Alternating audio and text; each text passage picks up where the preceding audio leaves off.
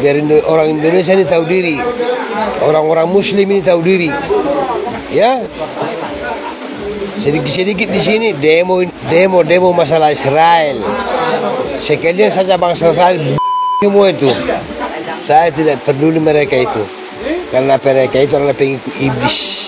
Oh, kita dibilang pengikut iblis katanya ya. Umat Islam dibilang pengikut iblis. Dan ucapan yang diulang-ulang terus, yaitu kalimat gitu ya. Saya sensor teman-teman karena bahaya.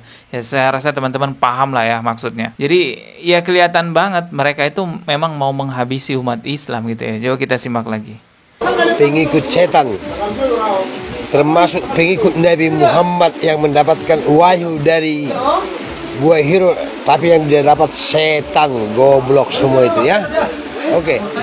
Assalamualaikum warahmatullahi wabarakatuh. Sangat disayangkan sekali terjadi kericuhan di Bitung, Sulawesi Utara. Tapi kabarnya kedua belah pihak sudah damai dan situasi sudah kembali kondusif. Jadi saya rasa saya nggak perlu lagi membahas hal tersebut lebih jauh, karena khawatirnya nanti malah menimbulkan konflik baru. Walaupun sudah berdamai kedua belah pihak, proses hukum harus tetap berjalan. Siapapun yang bersalah dalam hal itu, siapapun yang jadi provokator harus dihukum sesuai hukum yang berlaku di negara kita. Sekarang saya mau mereaksi sebuah video kakek-kakek yang lagi viral menghina Rasulullah Shallallahu Alaihi Wasallam, teman-teman ya. Heran kita nih ya.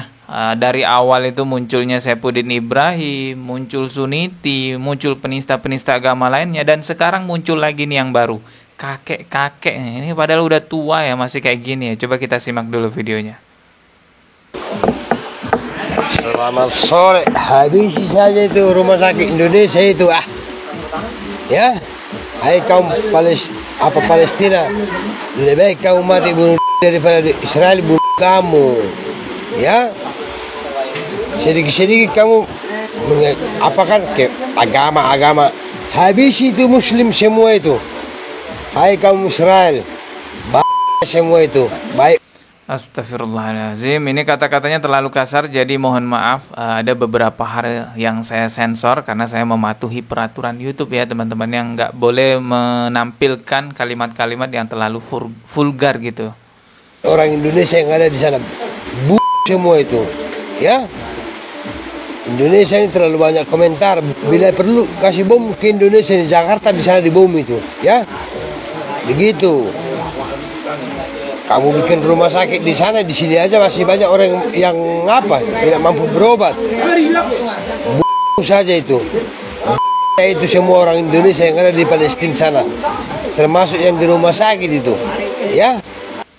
Bahkan rumah sakit, tempat orang sakit di sana, tempat orang tidak bisa berbuat apa-apa, orang sedang berbaring kesakitan, minta dihancurkan juga. Ini orang nggak punya hati bener-bener ya. Kebayang nggak kalau dia yang sakit tuh gimana nantinya ya? Kita simak lagi videonya. Biar orang Indonesia ini tahu diri, orang-orang Muslim ini tahu diri, ya. Sedikit-sedikit di sini demo masalah Israel. Sekalian saja bangsa Israel semua itu. Saya tidak peduli mereka itu, karena mereka itu adalah pengikut iblis. Oh, kita dibilang pengikut iblis katanya ya. Umat Islam dibilang pengikut iblis. Dan ucapan yang diulang-ulang terus, yaitu kalimat gitu ya. Saya sensor teman-teman karena bahaya. Ya saya rasa teman-teman paham lah ya maksudnya. Jadi ya kelihatan banget mereka itu memang mau menghabisi umat Islam gitu ya. Coba kita simak lagi. Pengikut setan, termasuk pengikut Nabi Muhammad yang mendapatkan wahyu dari Gua Hiro, tapi yang dia dapat setan, goblok semua itu ya. Oke. Salam dari saya. Bukan dari Papua lagi ya, Sumatera ya. Ya, ngakunya dari Sumatera gitu ya. Oke.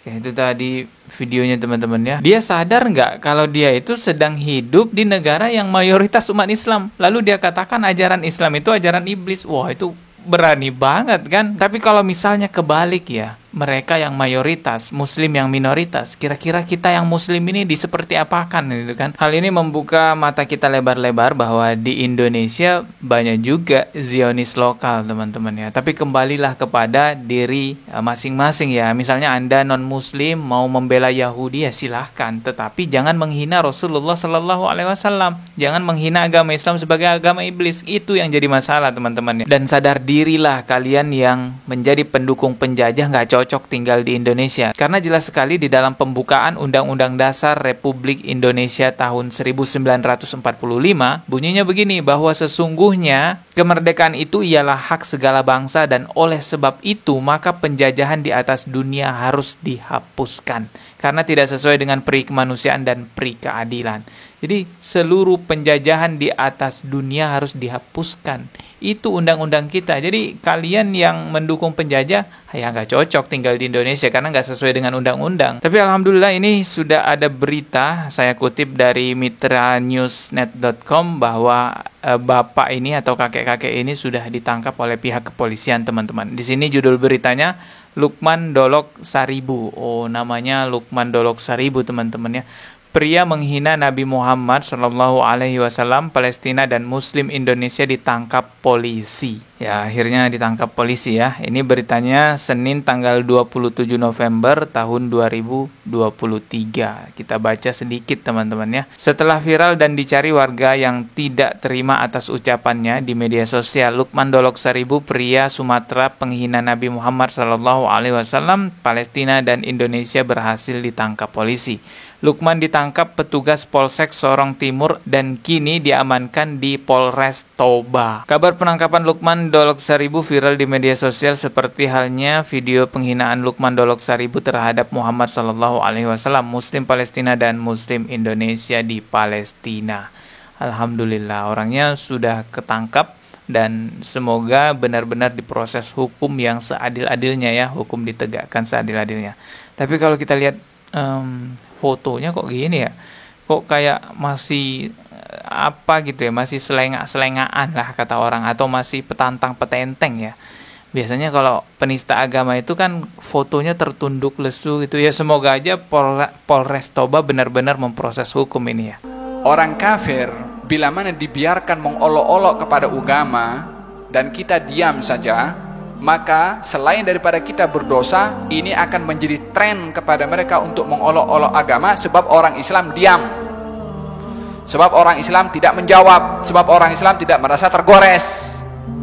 Tapi kalau orang Islam mengambil sikap tegas kepada orang kafir yang mengolok-olok agama, bangkit daripada situ, dipulaukan, ditegur, maka dia akan berpikir 1000 kali untuk bercakap sekali lagi tentang hal ehwal agama dengan diolok-olok. Kita tidak mau orang kafir menjadikan tren mengolok-ngolok agama Islam. Dianggap hebat kalau sudah mengolok-ngolok agama Islam. Jadi saya harap pihak kepolisian benar-benar menghukum yang seberat-beratnya kepada kakek-kakek itu tadi. Karena kita lihat sudah banyak sekali bermunculan ya, Saifuddin Ibrahim, Suniti yang sampai saat ini masih berkeliaran. Jadi kita sebagai muslim pantau terus kakek-kakek itu sampai pada akhirnya dapat hukuman apa. Kalau penjaranya berapa tahun, teman-teman ya. Kita ketemu lagi di video berikutnya. Subscribe dan juga loncengnya ditekan sebagai notifikasi. Wassalamualaikum warahmatullahi wabarakatuh.